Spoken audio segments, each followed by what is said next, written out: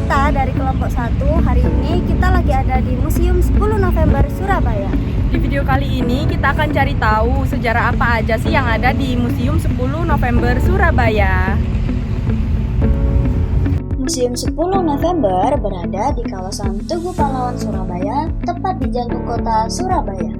Museum ini diresmikan pada 19 Februari tahun 2000 oleh Abdurrahman Wahid untuk mengenang pertemuan heroik pada 10 November 1945. Di dalamnya terdapat berbagai koleksi menarik seperti diorama perjuangan, senjata bersejarah, hingga teknologi hologram yang menggambarkan perjuangan arek-arek Surabaya.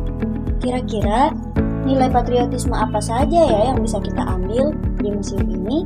Yuk ikuti perjalanan kami untuk mengenal lebih dekat sejarah Museum 10 November Surabaya. Setelah pintu masuk dari Museum 10 November ini, kita akan dapat melihat patung dari para penjajah yang gugur untuk mempertahankan kemerdekaan Indonesia. Patung ini juga menggambarkan sejarah pembangunan Museum 10 November, yang mana pada saat itu ditemukan 10 kerangka manusia tanpa identitas yang saat ini tepat di bawah lantai dasar di Museum 10 November ini.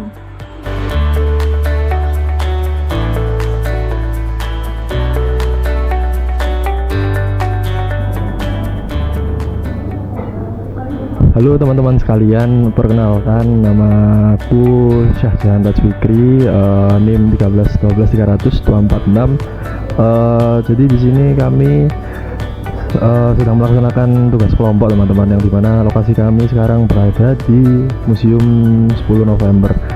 Di sini kebetulan ada monumen yang dimana menjelaskan tentang Rumah Sakit Simpang teman-teman, yang dimana Rumah Sakit Simpang atau lebih dikenal dengan Central Burgerziekenhuis atau bisa disingkat CBZ adalah bangunan rumah sakit untuk kaum pribumi teman-teman, yang dimana khusus untuk merawat korban pertempuran 10 November di Surabaya. Di rumah sakit ini tentu saja menjadi banyak kenangan ya teman-teman ya, kalau bisa kita bilang. Dan juga di sini di sebelah kanan saya ada perban atau alat sterilisasi yang dimana pada saat itu digunakan untuk merawat luka yang sedang dialami oleh para korban teman-teman. Jadi banyak sekali kenangan yang ada di Museum 10 November ini, sehingga sungguh-sungguh sangat bersejarah sekali teman-teman untuk Surabaya sendiri dan juga untuk Indonesia sendiri. Terima kasih.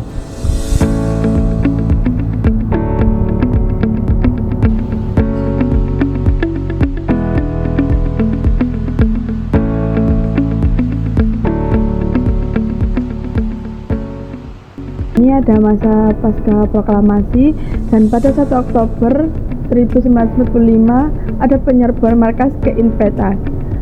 Penyerbuan terhadap gedung Keinpetai mulai dilakukan pada tanggal 1 Oktober 1945. Pemuda-pemuda yang telah tergabung dalam organisasi perjuangan atau belum pasukan BKR di bawah komando Abdul Wahab, Hasanuddin Pasopati, dan Suharyo Kecik. Polisi istimewa di sini di bawah Muhammad Yasin, pasukan PRI, Hizbullah, Kesatuan Pemadam Kebakaran, dan lain-lain ikut dalam penyerbuan ini. Arek-arek Surabaya berhasil menguasai gedung Keinpetai serta mengambil data-data dan senjata-senjata Jepang, termasuk senjata pistol Mauser para belum buatan Jerman yang diambil oleh Haryo Kecik dari gedung Keinpetai. Dan ini pendaratan tentara sekutu di Surabaya. Pendaratan pasukan Inggris secara besar-besaran dimulai pada tanggal 25 Oktober 1945. Pasukan yang mendarat di Surabaya ini adalah Kesatuan Brigade Infanteri 49 India di bawah pimpinan Brigadir AWS Malabif berkekuatan sebanyak 600 orang. Brigade Infanteri 49 India ini merupakan bagian dari Divisi India 23 pimpinan Mayor Jenderal DJ Hautron yang berkedudukan di Jakarta. Sedangkan dari pihak sekutu hadir pula Brigadir AWS Malabi bersama stafnya. Ya, dan di sini itu ada resolusi jihad peristiwa pertempuran di Surabaya. Isu mengenai kedatangan tentara Sekutu di Jakarta pada September 1945 memicu kekhawatiran di kalangan masyarakat luas. Menanggapi hal tersebut, para santri mendesak Kiai Hasyim Asy'ari, pemimpin tertinggi NU kala itu, agar segera mengeluarkan fatwa jihad sebagai landasan syar'i bagi umat Islam. Namun Kiai Hasyim Asy'ari tidak serta-merta mengiyakan desakan tersebut karena sang Hadratus masih mempertimbangkan peluang keberhasilan perlawanan rakyat serta jumlah korban yang akan berjatuhan kala menghadapi gempuran tentara Sekutu. Dan ini adalah resolusi jihad fisabilillah, yaitu jihad dari yang dikeluarkan oleh Kiai Haji Hasyim Asy'ari untuk umat Islam.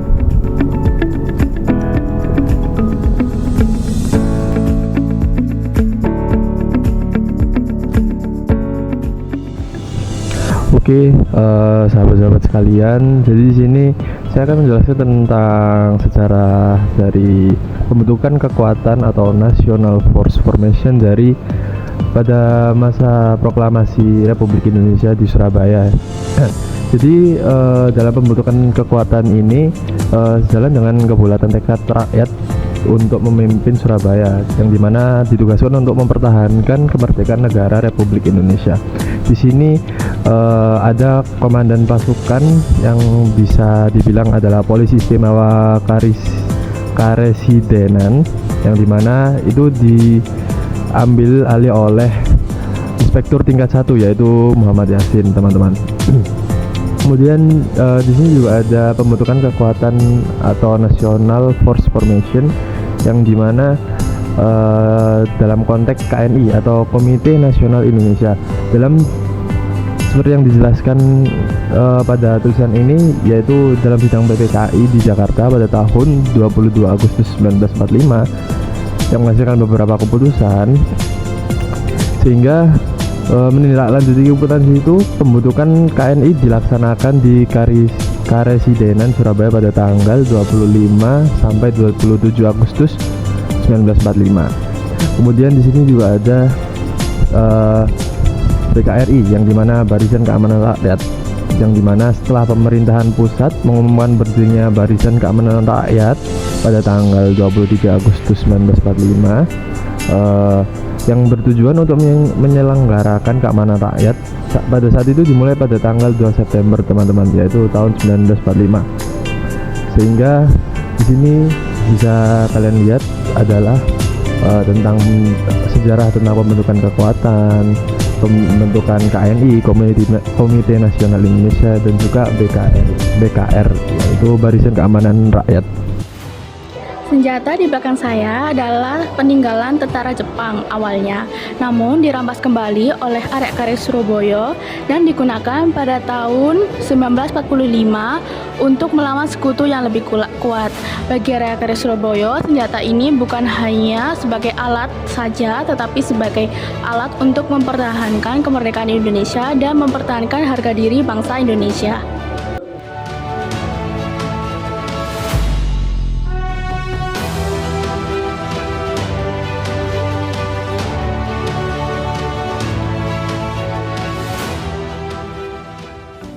Kunjungan ke Museum 10 November ini bukan hanya sekedar melihat peninggalan sejarah, tetapi juga menjadi sarana untuk memahami nilai-nilai patriotisme secara langsung. Melalui setiap cerita dan koleksi yang ditampilkan, kita diajak untuk melihat bagaimana semangat perjuangan itu terbentuk dan diwariskan. Salah satunya dapat kita lihat melalui diorama berikut. Selamat datang para pengunjung. Saat ini Anda berada dalam area diorama statis Museum 10 November yang berada di Tugu Pahlawan, Surabaya. Agar memudahkan kita mengikuti jejak para pejuang dalam mempertahankan kemerdekaan Republik Indonesia, mari kita dengarkan setiap etape perjuangan arek-arek Surabaya. Para pengunjung, Di depan Anda adalah visualisasi diorama perobekan bendera di Hotel Yamato atau Hotel Majapahit saat ini. Peristiwa heroik ini kemudian menjadi ujung tombak perjuangan arek-arek Surabaya hingga terjadinya pertempuran 10 November 1945. Proklamasi kami, bangsa Indonesia, dengan ini menyatakan kemerdekaan Indonesia. Beberapa hari sesudah Presiden Soekarno membacakan proklamasi. Setelah kita melihat dan mengenali sejarah dari Museum 10 November ini, kita dapat mengambil pelajaran bagaimana perjuangan para pahlawan kita yang telah gugur dalam mempertahankan kemerdekaan Indonesia. Sekarang, kita sebagai penerus bangsa Indonesia harus menghargai jasa para pahlawan kita dengan cara mengisi kemerdekaan secara positif seperti pantang menyerah menghadapi kesulitan, berani berkompetisi, dan mencintai tanah air Indonesia. Dengan begitu, kita tidak hanya mengenang sejarah, tetapi juga menurunkan nilai-nilai perjuangan dalam kehidupan sehari-hari agar Indonesia menjadi lebih baik ke depan.